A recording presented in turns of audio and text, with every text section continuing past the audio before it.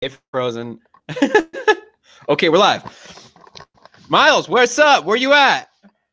What up? I'm back home in Mesa. Oh man. Okay, we're gonna try. I'm good. I'm in Chicago. Back home in Mesa. You haven't been home in a while. Been on the road. I like it. We actually have another episode before the week is out. 5 days since the last one. Probably the last one before the weekend. So we wanted to do a couple things, preview. First of all, DeMarcus Cousins' debut as a Golden State Warrior and his season debut tomorrow night, Friday night. Saturday, UVA Duke. Today, recent NBA news, Kyrie Irving, his craziness, the Boston Celtics, Toronto Raptors last night. Miles, where do we start? Let's start with DeMarcus. DeMarcus Cousins with his debut from his torn Achilles. Almost has been 1 year since he tore it. I think it was in mid-February when he was playing for the New Orleans Pelicans. Now he's a Golden State Warrior. What can we expect, Miles?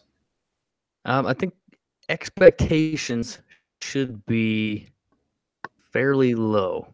I think the hype is really cool in that everyone's been waiting and waiting and waiting for this to actually see how he's going to fit in with the Warriors. Is he going to slow them down? I don't even know if that's the question necessarily, as how much is he going to slow them down? Is he going to be unselfish like Kevon Looney and really fit into the Warriors system? If so, he can make them a lot better, because they're going to be able to play inside out ball like they've never been able to play before. And it's going to make them literally impossible to guard, especially with the way the big men are in the NBA today. Very few people can actually guard DeMarcus Cousins in the post. It gives the Warriors an edge on the rebounding that they haven't had up to this point in their reign as a dynasty. Couple great points right off the bat. Man, rebounding, who can guard DeMarcus? Jordan Bell is not a 5.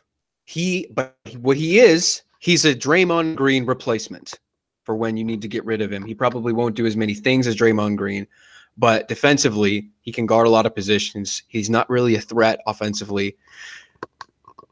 But DeMarcus Cousins coming back really solidifies their 5. And like you said, maybe Kevon Looney comes off the bench, gives him a substitute. I think maybe because, I live in Chicago, Robin Lopez has been subject to the buyout. Perhaps they want to get rid of him. Maybe he goes to Golden State, depending on how DeMarcus looks. But you're right. Expectations definitely need to be tempered, although it's hard to temper them when you just say all those great things right after that.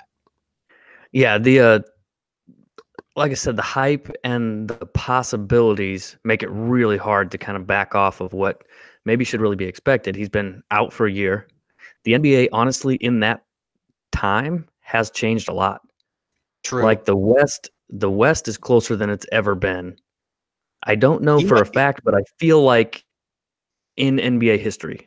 Just the officiating. Yeah. I think DeMarcus Cousins may not be prepared for the way the game's officiated, even from where it was a year ago. Interesting. Adding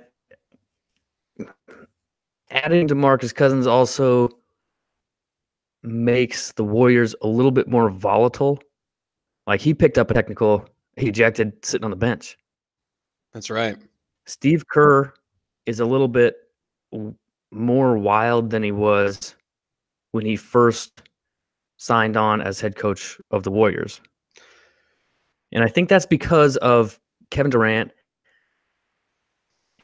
and those guys. They're constantly official here. Steph Curry even seen that curve from into the league, where he was quiet, a really loved point. Now he's a little more vocal.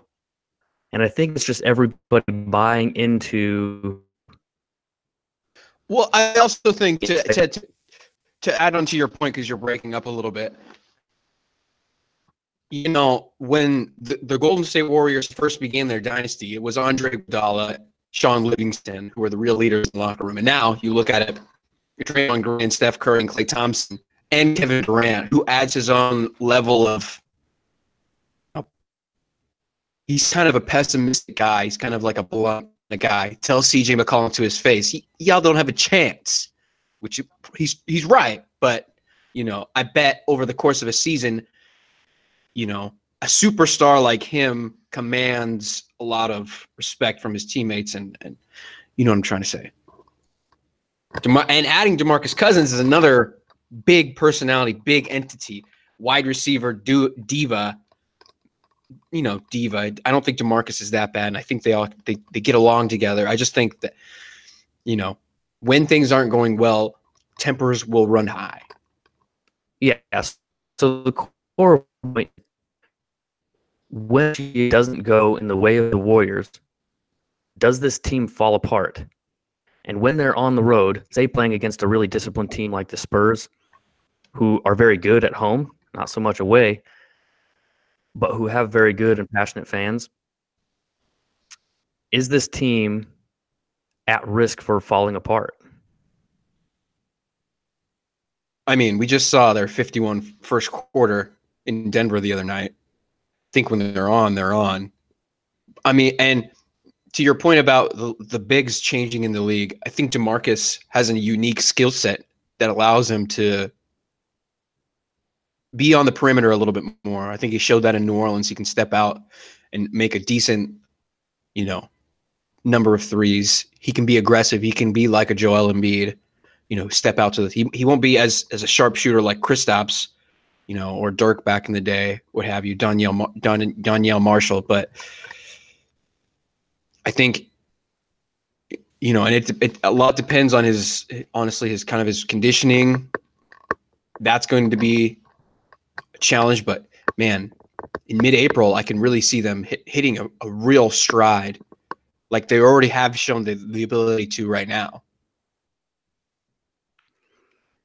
I can see it both ways. Like I see two extremes where I can see DeMarcus Cousins cruising to another champion, and I can see another way where DeMarcus Cousins isn't as unselfish as he's claiming to be right now, which is easy to be right now. It's easy to say, "Oh yeah, I'm gonna go out there and I'm gonna be just the guy they need me to be," but he's never been that guy. You don't think there was a time in New Orleans? You know, maybe you don't think he and Davis? I thought he and Davis really got along together. I mean, they were able to sweep Portland. Can you imagine what kind of damage they would have done against Golden State in the second round? I do agree with that. At the same time, though, DeMarcus Cousins was a very important piece in that New Orleans group. He was averaging 24 and 12 or something like that, 27 and 12. Yeah, I think it was like 27, 28. He's not going to do that. He's not going to do that with the Warriors, and he's not a needed piece necessarily. Kobe Bryant and Wesley Matthews, those were two perimeter players who had the same type of injury and struggled getting back. It took them a year. I mean, Kobe wasn't the same assassin. He definitely after he tore his Achilles, I think he was around 34. It really hampered him in his later years. And Wes Matthews, he's just now getting back to, you know, some semblance of a good NBA player. But for a while there, he was looking like a bad contract, like a Luol Deng or like a Timofey Mozgov contract, like an unmovable perimeter player who couldn't move. DeMarcus Cousins wasn't necessarily the most mobile guy ever. But I want to make this point. Kevin Durant is considering leaving the Golden State Warriors after this summer. He'd be dumb not to. If you're the Warriors, first of all, what's your plan B? And then does it involve DeMarcus Cousins? Because I've heard reports that he's considering coming back to the Golden State Warriors. You know, he seems to be a good teammate and he seems to get along with the core. And if you think about age arc when you're trying to build a team, you know, if you're Portland, you're trying to have a mid-20s year player. You're not trying to have a young, rookie because you want to be on the same career arc as Damian Lillard and CJ McCollum. And so for the Warriors, I think DeMarcus Cousins fits in the career arc. And if they take a step, they will take a step back if KD leaves. That's a given. That's a true premise. But say that this DeMarcus Cousins things, maybe they do some experimenting and they stagger with KD without Cousins. They do some experimenting, and maybe it's their plan B ultimately to retain him and to make him part of a new core. Maybe even a post Draymond Green core with just, DeMarcus and the Splash Brothers. Maybe that's enough when, you're trying to finish out the rest of this Golden State dynasty, because Draymond is really he wants a max. He's not going to get it. I don't know if even I would give Kyrie a max. I mean, he's going to be old and he's dealt with injuries. No, I take that back. He's only 26. Draymond, though, I would definitely not give a 5-year max if you're the Golden State Warriors. I don't think they intend to. But, say he signs with the Detroit Pistons, because Lord knows they need help and they need a playmaker. But what do you do if you're Golden State? If KD leaves, you don't re-sign Draymond. Obviously it's a no-brainer. I'm kind of looking past the playoffs this year. Like I said, like we've said, the DeMarcus thing, and I'm going to let you answer in a second. The DeMarcus thing it's a gamble. It really is. It's like you said, it's either high risk, high reward. And it is what it is after the season. I do think KD's gone either way. Even if they win, I think he's gone. If they lose, he's gone. What does he look? Do you think they bring back DeMarcus? What does a Golden State dynasty without KD look like? Well, they went 73-9 without KD. Group of guys that they had. I think if they keep DeMarcus Cousins, KD leaves, I don't even think people would notice. I mean, obviously they'd notice. Kevin Durant's not there, but it opens up opportunities, more consistent opportunities for guys like Steph and Klay, and they're at risk for losing Klay Thompson as well. So this is you can't lose Klay Thompson. No, I think they would Klay Thompson than if they lost Kevin Durant. Yeah, and I don't exactly know why that is, but to me, Klay Thompson is what keeps the Warriors really spread out. It allows Kevin Durant to do things as easily as he's doing them, because he's put up 50-point games, and the stats are like the opposite of James Harden, where he's taking 4 dribbles. Yeah. His release is so quick. You can't leave him any space. And his percentages are so high. Yeah. So Kevin Durant leaving, I don't think should be the Warriors' biggest fear. I think they should expect it. If I'm the Warriors and I'm expecting Kevin Durant to leave, I'm really hoping that DeMarcus Cousins works out. And right now, it seems like he's kind of accepted the fact that he's going to be hated and almost embraced the fact that he wants to be on the most hated team in the NBA. I think he secretly likes it a little bit because he's always been the league's most hated player. And now he's on a team that's hated with a bunch of players that have gone through that same adversity of just being destroyed on Twitter. And I think he kind of enjoys that culture, like fitting in and guys that understand him. It seems to work, and it's actually. A complete opposite from his Sacramento days, right? I mean, organizationally run, it's very, you can talk to Bob Myers or Steve Kerr or the owners. They have a brand new arena. It's the complete opposite of what his time was, because he was still playing in the old Sacramento arena, 2011. And he's coming into very supportive fans who are really, really excited to have him. And they're going to sell out the rest of the season. I mean, every arena that he walks into from now on is going to be sold out. If I'm the Golden State Warriors, I think my plan is to re-sign DeMarcus Cousins because your return on your investment is going to come either in June or next year. That's when your $5 million to DeMarcus Cousins is going to pay off. It's from, you can you can accrue more of this debt. Well, he's debt. He's picking up tees. He may not play well. He'll take away. He'll cause things. But if you're matched up against, Milwaukee or Toronto in the playoffs, and DeMarcus Cousins goes off in Game 5 when everybody else is struggling, you may want him back, because that's when his peak will be. That's when he'll be getting more back into shape. His role will be more defined. Yeah, I think the most important thing to watch is first how Steve Kerr is going to work with the rotation that he's got now. That'll be interesting. How to react to being put on the bench.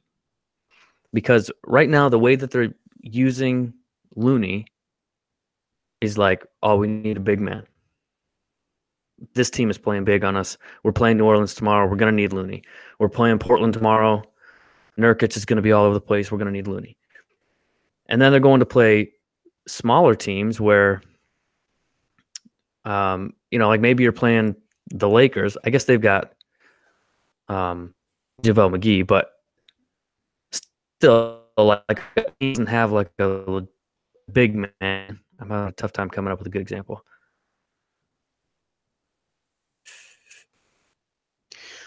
Yeah, but there is a point where Golden State's going to want to go with a fast team. They're going to want to go up tempo in the third quarter. And is DeMarcus Cousins going to be okay getting fewer minutes for the good of the team for a win? I think so. I think he'll also he'll want to be out there, sure, but man, that's a good question. Because there was times where Zaza Pachulia would go 3 games without getting a single minute. That's true. You think he's going to be that immobile? I don't think Steve Kerr would dare not play DeMarcus Cousins for 3 games, but it could be valuable for them if he's that unselfish. And then you throw him in, he's fresh. It's a rest game, right?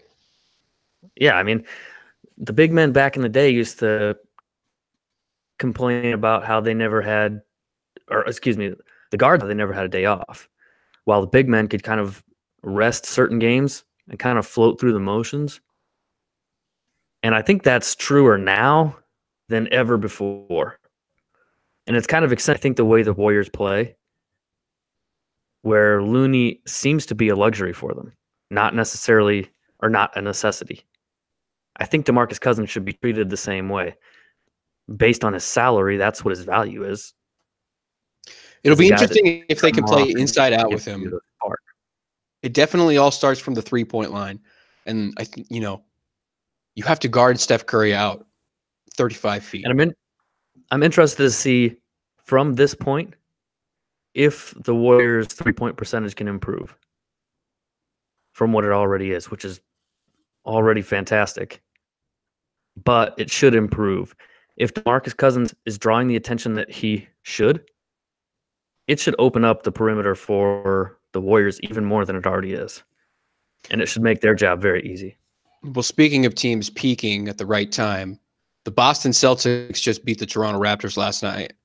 Crazy fashion. Kyrie, moments after rumors come out that he's getting in arguments, he had the Utah game where he shows up his coach, he shows up his players, he, throws up his hands at Gordon Hayward after he inbounds the ball, not to himself, when, the plan was probably for him to come off and hit the game-winning shot.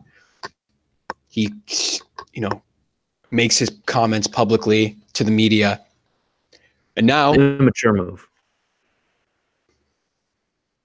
And I think in all of Kyrie's 26-year-old clairvoyance, he realized that, especially after he did take control of the game late last night.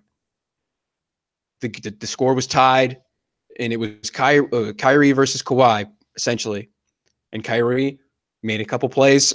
Marcus Smart, big rebound. And then he pulled up right in his face. He caught Kawhi looking at the back screen and just pulled up. I think it was like to give him up 5 or something. Anyways, I think Kyrie learned, and then he comes out after probably the best performance of the year so far from the Boston Celtics, for sure.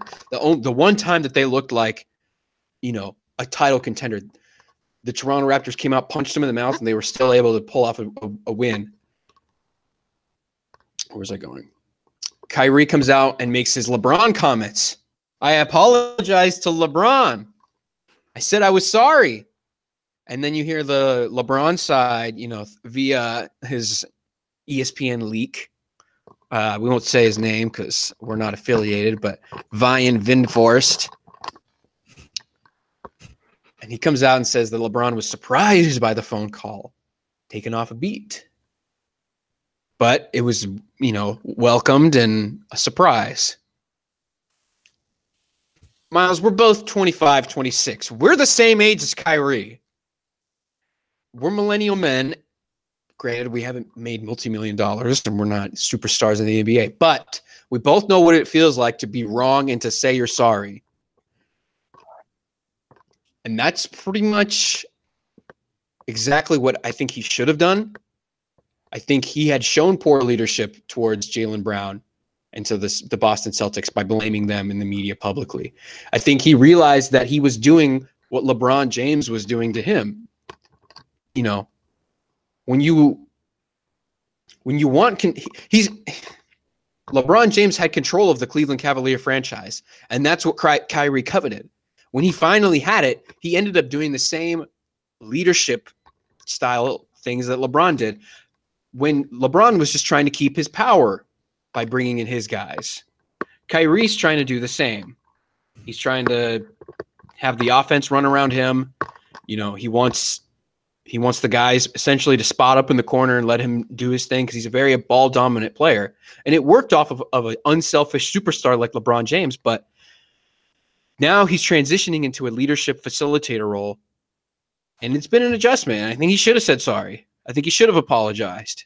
And I think this may be the turning point when they turn it all around and really show them what we all thought they were going to be at the beginning of the year. I hope so. So Toronto is one of those games that's easy to get up for. And they're playing the number 1 team in the NBA. I guess they're, like a half game behind Milwaukee or something like that. But arguably the best team in the NBA. This was a game that Boston woke up for. Kyrie kind of had an epiphany, I think, of sorts. And he, I think, saw what the flaw in himself was, which I think kind of ironically was what he learned from LeBron James. But at the same time, also realized what LeBron was trying to do. And that I think LeBron really did go about it in the wrong way. I think he kind of continues to go about it in the wrong way, like with what he's doing with the Lakers. I think he should just come back from his injury, to be honest with you. He's saying he's willing to sit for the next month. I think the playoff race in the West is too close. But Kyrie reaching out to LeBron, I think, was kind of that was an interesting move. And there was a lot of speculation that went, oh, Kyrie's headed to the Lakers now. He's trying to go to the Lakers after this year. I don't think that's true. I think, like he said, that Boston kind of woke up. And if I really did kind of realize ship up to this point, I think it could be Boston needs. I think him ripping apart his teammates publicly, especially, was wrong. He was frustrated because he's so passionate about the game and he's used to winning. And he's frustrated that he can't get this group of guys, which is a mix of veterans and young players. There's not really anything in between. And you talked about that, like the same career curve, that he's dealing with guys that are 20 years old and then, guys that are 10-year veterans. It's tough to find that middle ground where guys like Al Horford and I think Markieff Morris. How old is Markieff Morris? 28? He's in a contract year. He's balling out for, him and Eric Bledsoe, they're going to get paid some team, and then production is going to fall off like no other. Although he did hit big three for Boston last night. He's great, honestly. He's been the most consistent piece for them, in my opinion. And I think toward the end of games, what I'm seeing out of Boston isn't really like a teamwork type of thing. It's Kyrie trying to force wins, where I think they really need to take it. And this is where I'm a little bit disappointed in Brad Stevens, but I think he's trying to fix it because Kyrie tried to blow up Brad Stevens for his play calling. And honestly, I think Brad Stevens might have been making the right calls, where he's trying to put his team in motion and go, we've got 5 guys on the floor that can knock shots down. Hit the open man. Just play basketball. We don't need to try and force Kyrie Irving down the center, unless he's hot, which he was. What did he have, like 18? How many assists do you have? 18 assists? 18 assists. So he played a great game. Really unselfish, and I think if he keeps that up, the rest of the team is going to get behind Irving and kind of, I think, come together as a unit similar to what they were last year. And it's got to happen soon. I mean, they need a seed in the East. And they cannot afford anything less than that, because anything less, and they're going to end up drawing the Sixers in the first round, or like Milwaukee or Toronto. Or the Pacers. Or the Pacers. They cannot afford in the East to have 3 consecutive tough series if they're going to make it to the Eastern Conference Finals. They need one series where they play somebody like Brooklyn or Detroit. Whoever else is in the playoffs in the East. I can't even remember who's 8th. Is it Detroit?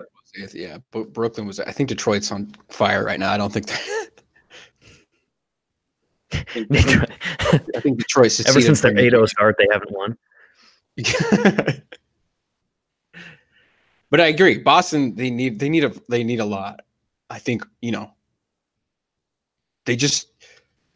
they seem to be stuck, and Kyrie especially, between he wants to be like a Kobe Bryant, and so does Jason Tatum. They want to be like a Kobe when they really should run like a Tim Duncan. And they seem to be stuck in almost the same rut that Houston was, where they know that they're going to pick it up. They know they're going to be a playoff team. They know they're going deeper than the first round.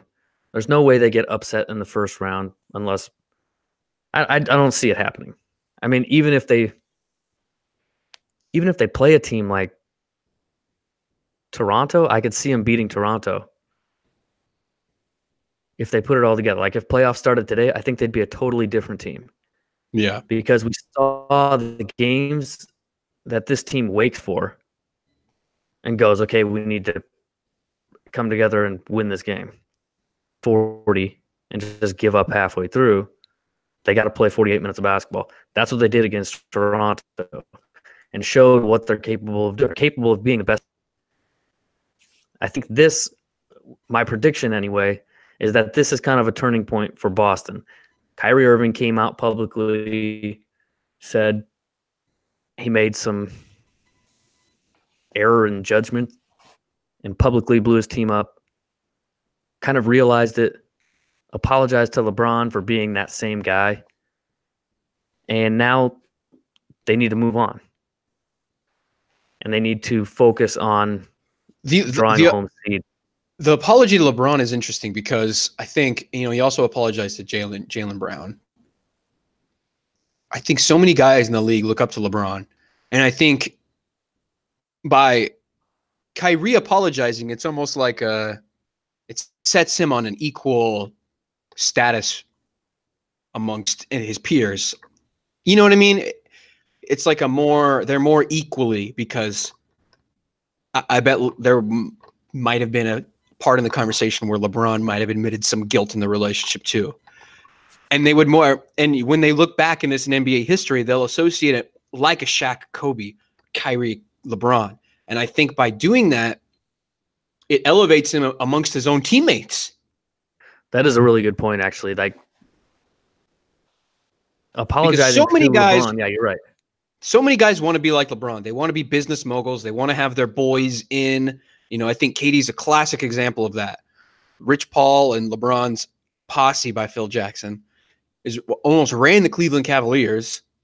And I think Kevin Durant wants the same with his business partner. Kyrie just wants to be on the equal, and he kind of realized by forcing his way out to Boston that he ended up being just like LeBron. Yeah. And I think guys like Jaylen Brown, Jason Tatum will secede more to him and let him run the offense, let him take over and close at the end of games like they saw last night. Yeah, I think overall, just like the entire culture in Boston needs to be a lot more unselfish, and they need to look back on what they did in the playoffs, which I know they're playing without Kyrie, but they all really did respect each other through that playoff run. And everybody had a single role. And the problem, I think, part of it, we'll move on in a second, but like Terry Rozier is trying to he's trying to get a new team. So he's kind of playing for himself right now. Like he's not 100% focused on what he should be focused on. And it's understandable. But he's a really valuable piece for Boston. Jaylen Brown, I feel like, is not focused on what he should be focused on. I just think the focus needs to be on a championship. They need to focus on the playoffs, and the responsibility should be starting with Brad Stevens. And it's really hard to tell whether Brad Stevens is doing the right or the wrong things. Like I think last week I said Luke Walton was doing a better job. And then I thought about that really hard, trying to figure out what Brad Stevens is actually trying to do. Because I think his job might be harder than anybody else's in the league. With the exception, and it's clear that he's prioritized Gordon Hayward's return. He's given him minutes when sometimes he hasn't really deserved them. And he's played through it. He's let him play through it. And that's much to the opposition of Jaylen Brown, probably. And Brad Stevens is still a very young coach, and I think he might be trying to find his own system. Like the Spurs have, like the Warriors have. Is there any comparison between Brad Stevens and Eric Spoelstra? Relatively young coaches who were taking over superstar-driven teams with a legend mogul hovering over them for a great franchise. Definitely. Obviously, the circumstances are a little bit different, but I think that's absolutely true. I think, well, I don't know. Do you think he was overrated because of last year's run? I think he's properly rated. A lot of the NBA now is just getting guys to buy into their roles. And I don't think they've been doing that. Half of it is X's and O's. Half of it is Steve Kerr mellowing the storm between KD and Draymond. I think, Fred Hoiberg is kind of like a Brad Stevens type, kind of a more soft-spoken man and not an ex-player. So, and Fred Hoiberg lost the locker room and lost the whole franchise. I'm not saying that's going to happen to Brad Stevens, but I'm saying that there may be a learning curve that he's trying. But then again, it's like the same stuff happened with Eric Spoelstra in Miami. There was a time of friction. LeBron did hip check him a couple times, visibly on the court. Although LeBron's always had issues with coaches. Nobody has come out and said that Brad Stevens is the problem. I think, you're the only person who thinks that. But there might be a point. It's not necessarily that Brad Stevens is the problem, but that for them to be successful, he really needs to step up and take control of his team. Whatever he's trying to run, he needs to enforce it. With some tact, though, because he's got a lot of egos over there. A lot of egos. And I think it's so hard because these guys have so much leverage. Any one of these guys can force a trade. Creation. Yeah. Kyrie is more than probably anyone into a free year. I think Kyrie's free agency is so much more interesting now. Not that I think he's going to the Lakers, and not that I think I really don't think he's going to go anywhere else. But is there a universe, where he goes to LA? I I mean, mean, in the what if NBA they today, both? yeah, absolutely. There's a universe where he goes to the Warriors. Now that's just a little bit ridiculous. Okay, speaking of Kyrie, he went to Duke, transitioned to Duke this Saturday versus UVA, number 1 versus number 4. I'm sure the number 1 will definitely change when the rankings come out. Next, Duke playing without Trey Jones, separated AC joint. UVA, classic as always. You can't name a single effing player on their roster, but they play great. They beat dudes by 30, and they have great defense. They produce guys like Malcolm Brogdon. What do you think? What do we think Duke looks like without a point guard? My instinct says Virginia rolls them. I think there's not a single freshman in Virginia's lineup, which I think is telling. They've been good for a while. So people have talked about Duke, RJ Barrett with Zion Williamson and how these guys are best friends. Their families are friends, and they're so good together. Their chemistry is incredible. They're the only 2 players that are averaging 20-plus points a game in the ACC. They're freshmen. They're young, and they just got exposed by an unranked Syracuse team at home. I watched the game, and they couldn't rebound to save their life. That big man from Syracuse, who I can't pronounce his name, grabbed like 18 rebounds on him. That shouldn't happen, especially when you've got a guy like Zion Williamson who could just push that guy out of the lane. They need to be way smarter, and they really showed their immaturity with that game, I think. Where, especially when they lost Trey Jones, it was all it's a different game without Trey Jones in the lineup. yeah, there was an immediate drop off when he came out of the game. And honestly, I was disappointed with their lack of movement. Like from a Coach Krzyzewski team, when Syracuse threw a zone at them, they did not move. They passed the ball around the perimeter. They dribbled, got it into Zion to work, or kicked it back out. They got good shooters all the way around the perimeter. It's Duke. They've got white guys coming off the bench that can fill it up. Jack White did go 0 for 10 from 3 in that game. That's true. And they didn't have Cam Reddish, who hit a big shot against Florida State. I was wide open. If he missed that, he would have. Yeah, that was wide open. But a clutch wide open shot. And he might have gotten that during the game against Syracuse. He's back from he's supposedly going to be back from the flu against Virginia. What do you think he adds to Duke? I think it's a proportional game to what we saw against Syracuse because Virginia hasn't had a close game since I think it was December 9th. And that was a 9-point game. Since then, there has not been a single-digit game. And they've played top 25 teams. They just beat number 9. Was it number 9, Virginia Tech? They beat them by 20. And they were up 22 in the first half. And then they cruised. They probably could have beat them by 40 if they kept their foot on the gas. But they we took care of business in 20 minutes. Now we got Duke on Saturday. And that's the thing is their chemistry compared to Duke, I don't even really see a comparison. The rebounding in Duke relies on RJ Barrett and Zion Williamson. RJ Barrett's averaging 7 rebounds, Zion's at 9.5. After that, there's a huge fall off. I guess Jack White, 6.5 rebounds. But then you look at the Virginia lineup, their whole starting 5 is averaging 4+ rebounds a game. So it's not like there's one guy that stands out in the rebounding column. All 5 of those guys are hitting the boards hard. I don't see that out of Duke. I think they're going to get out-rebounded bad. And I think Duke is like 200. They're in the 200s in 3-point shooting, and UVA has a really good zone. I think Duke may have to rely on 3-point shooting. And when you shoot a lot of threes, like to your point, you have long rebounds that lead into transition. So we may have a lot of runs by UVA that just Duke cannot keep up with.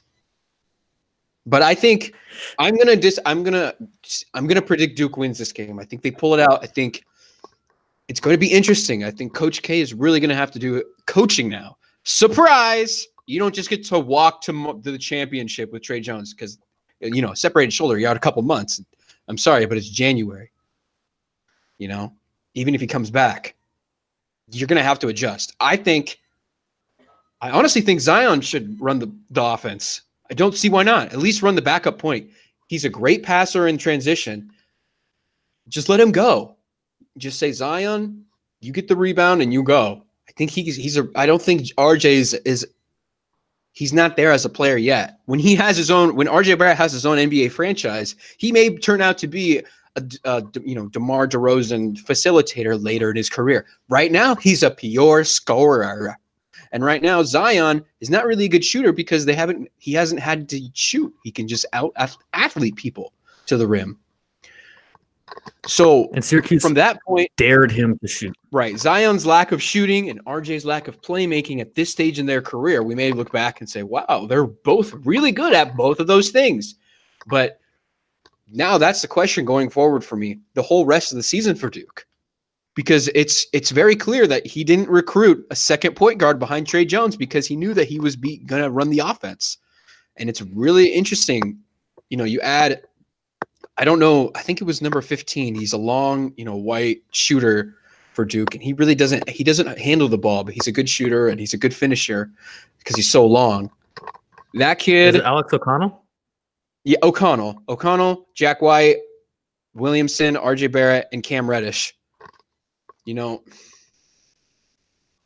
Why not let Zion dictate where the ball goes? It's easier to get Zion the ball if he brings it up than try and feed him, and it's at the mid-post free throw level at an entry. Because Syracuse was denying that the whole game. They almost didn't get a shot off at the end of the regulation because they couldn't get the ball into Zion with the high post. So I think it matters a lot whether they're on the fast break or the half. Grab rebound, if he grabs a rebound, he should feed him to take off. Because he's unstoppable in the fast break. That's really where he wants to be. He's going to command so much attention on the fast, make a really good decision. Ability there, though. He's really good in the fast break and can score at will when they're rolling downhill. Their weakness is the half court. I don't see Zion pulling the ball up the court. No, I don't either. RJ Barrett will probably run the offense, and it'll be stagnant.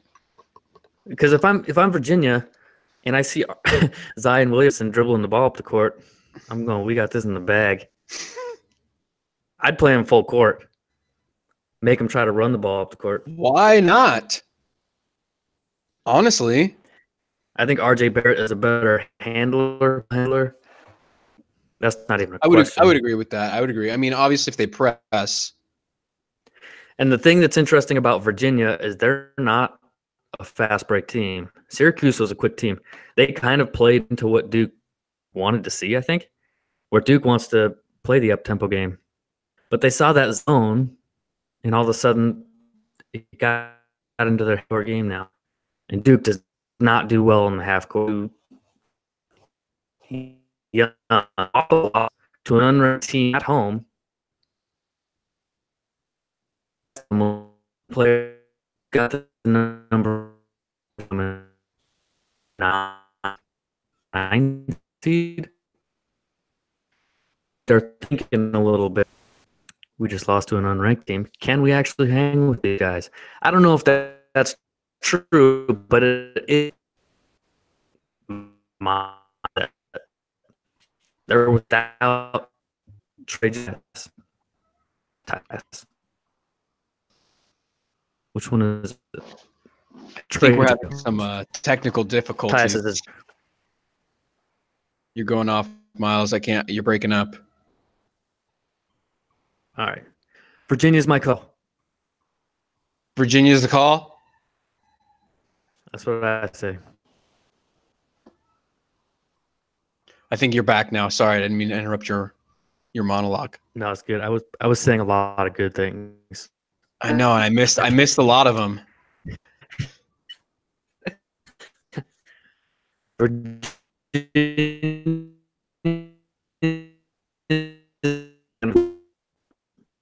What?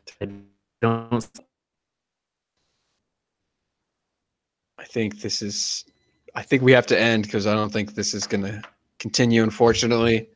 Miles, good to talk to you. His call is UVA. I think Duke's going to win. We'll be texting throughout the game. Miles, see you soon.